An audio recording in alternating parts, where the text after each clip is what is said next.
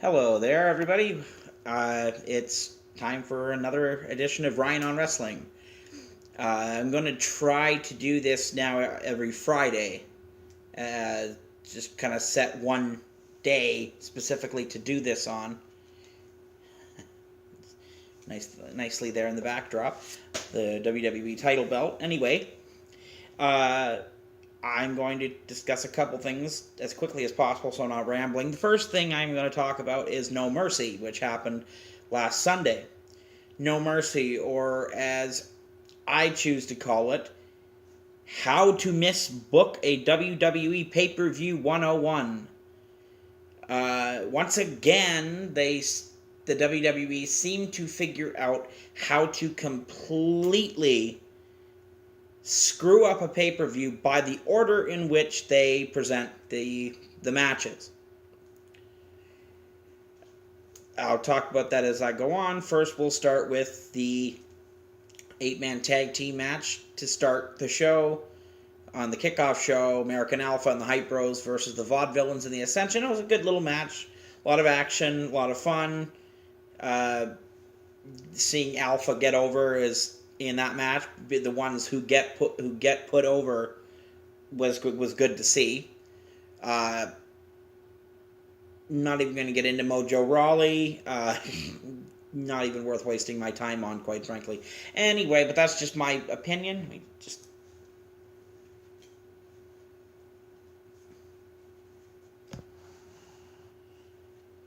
Okay, whatever. Anyway, so then we get to the main show. This is obviously where the whole thing starts. You put the main event, the triple threat match for the WWE World Championship, what they continuously say on the air as being the most prestigious title in the business's history. So you put that on to kick off the show.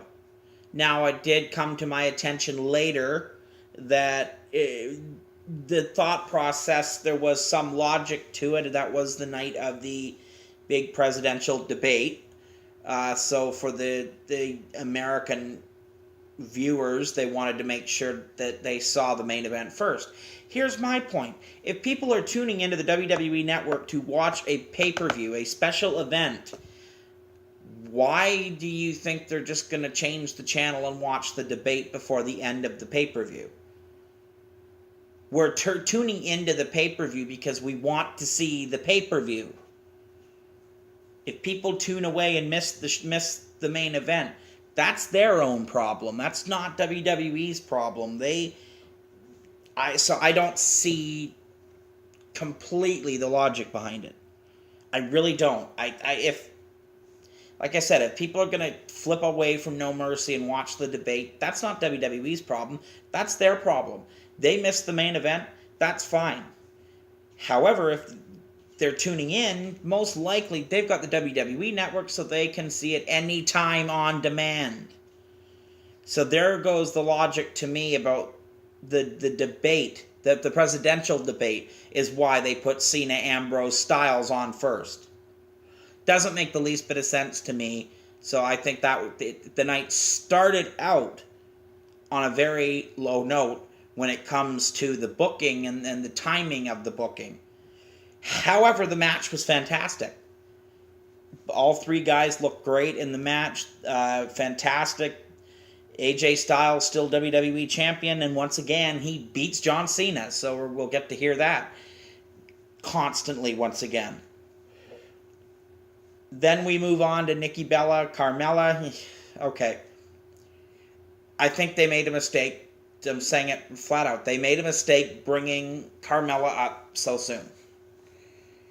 As far as in-ring, I think she's shit. I don't think she's anywhere near being ready to be up on the main roster. I don't think Nikki Bella's a fantastic technical wrestler myself. But Nikki Bella looked like an absolute technician in there with Carmella, and I have to give credit where credit is due. Nikki carried Carmella through that match and got her through that. And if it wasn't for that, the match would have been a total disaster instead of just okay. Okay is good compared to how I thought it was going to be. Nikki Bella gets the win over Carmella. Then we have the SmackDown Tag Team titles, the new heel Usos with the new generic urban theme music and the urban look, completely forgetting their Samoan roots, of course. Then they take on the Tag Team Champions, Heath Slater and Rhino. Good match. Again, nothing special. I also think you put a match like the triple threat match for the WWE title on first. It sucks the energy out of the rest of the card because you don't have the main event to look forward to at that point. You've seen it. So what is there to... You don't have the most important match to look forward to anymore. So I think that hindered the entire show. But Heath Slater and Rhino retain. Rhino gets the gore on Jimmy Uso. I think it was Jimmy. I can't tell those two apart. Especially now when they don't have the face paint and everything, I can't tell those two apart to save my life. So Heath Slater and Rhino still tag team champions. Slater still getting pushed. I don't personally get it, but that's an issue for another time. Jack Swagger, Baron Corbin, again, it was okay. It was another decent filler match. Baron Corbin gets the win over Jack Swagger, who I'm still amazed has a job with WWE because he's done absolutely fucking nothing for the last couple years. I'm not even counting that run with Zeb Coulter because that was shit too. So, just another veteran putting over the younger guy in Baron Corbin. Yeah. Then came the highlight of the night. Just as it was at Backlash. Miz and Ziggler for the Intercontinental Championship. If Ziggler loses, he retires from wrestling, period. Doesn't go to Raw, doesn't do anything else. He retires from the business. Now, I said I predicted Ziggler would win it. However, I did wonder because there's been talk of Ziggler leaving for a couple years now, focusing on acting or his stand-up comedy career that's now beginning, and just the way he's been misbooked, I think, would also be another motivation for him to leave. I was hoping that wouldn't happen because he is still one of the best workers on either show's roster, Raw or SmackDown, and one of the better workers in the business, period. So, I mean, I was hoping he wasn't walking away, but I was a little worried, but I couldn't see him leaving just like that. Despite the fact that I did happen to hear on What Culture after the fact that they were putting together tribute videos and goodbye video packages for Ziggler, probably just to throw fans off, obviously, because he's now the Intercontinental Champion after he beat The Miz. I do like the fact that finally they are acknowledging Dolph's past gimmicks with the Spirit Squad and as Kerwin White, Chavo Guerrero, a.k.a. Kerwin White's caddy.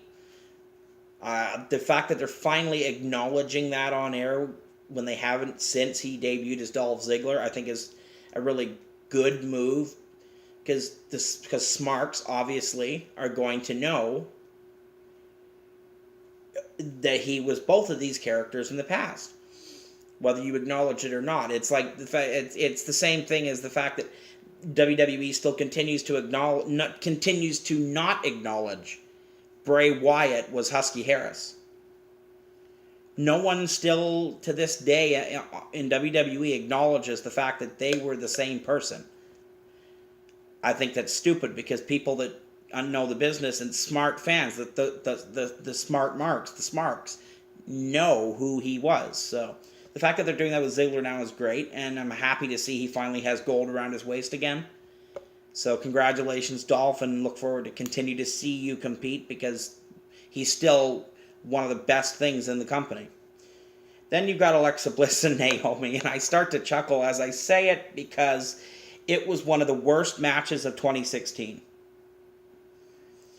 I think both Alexa and Naomi are very good. Naomi is still considered maybe the best athlete in the women's division, just pure athlete. And Alexa Bliss has a very solid future, and she's great in the ring and can wrestle. For whatever reason, these two women just did not click. And in particular, the last 4 or 5 minutes of the match was an absolute botch fest. It didn't seem anything that either of them tried to do clicked. Nothing worked. It was horrid. Naomi gets the pinfall, and even right after the 1, 2, 3, Naomi slid out of the ring. The look on her face said it all. I think she was genuinely pissed off about how shitty their match was. I think they both had to know how bad it was. You can't have a match that bad and not realize it's going south while you're in it. There's just no way. So the look on Naomi's face, I think she knew how bad it was.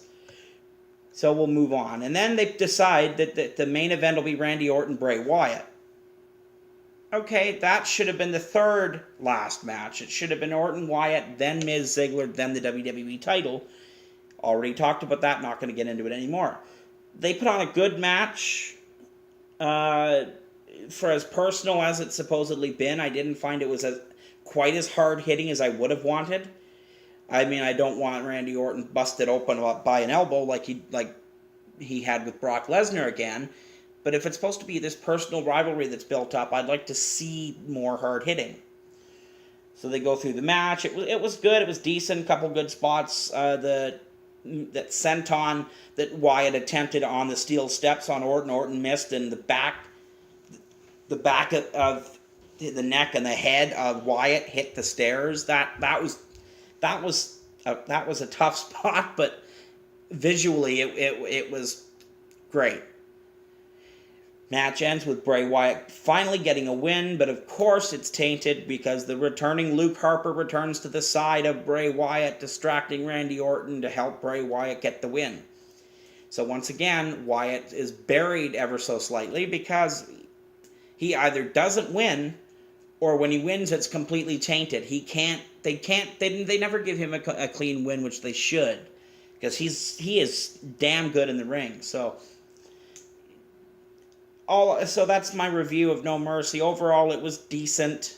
It was okay. It was, again, like I said, sloppy booking as far as the match order, the same way SummerSlam was. So far, I haven't seen this is now 2 SmackDown pay-per-views, and neither one of them, in my opinion, has been fantastic.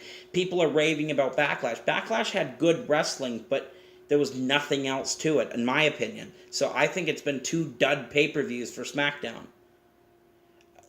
We'll have to see if they can get better with that. Also, I have to mention this very quickly, just broke last night on Twitter. NXT TakeOver Toronto in November, the weekend of Survivor Series.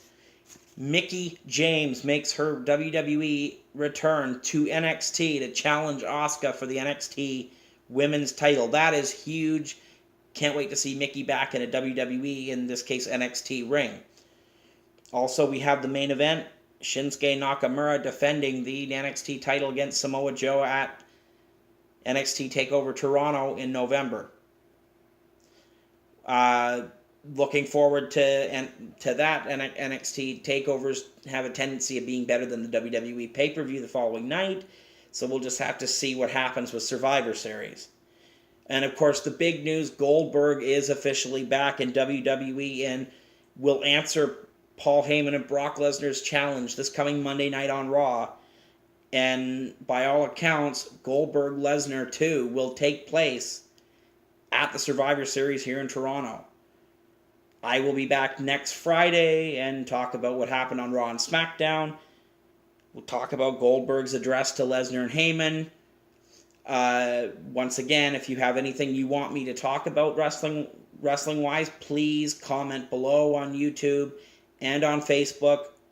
No one's done it yet, so I'm encouraging anybody who is listening that has anything on their mind about wrestling that they want me to talk about, please leave a comment, and I will get to that in my next video. Of course, I'll be posting this on the link on Facebook. I'll be posting this up on YouTube, and the link will also be on Twitter at DilloMan8. You can tweet me with any questions that you want me to answer as well. That's episode 2 of Ryan on Wrestling. As I said, I'm going to attempt to do this every Friday now. Kind of be a Friday show. Because by then everything would have happened. Also, during the week, so...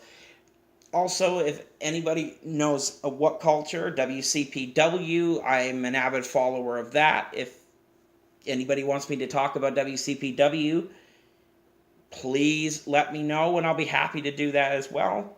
Include that in, because what Culture is doing with WCPW is fantastic. So that has been Ryan, for Ryan on Wrestling once again. This has been episode 2. I'll see you next Friday. Again, comments, questions, anything you want me to talk about in my next video, please let me know. I'd be happy to do it. Have a great weekend, and I will see you next Friday.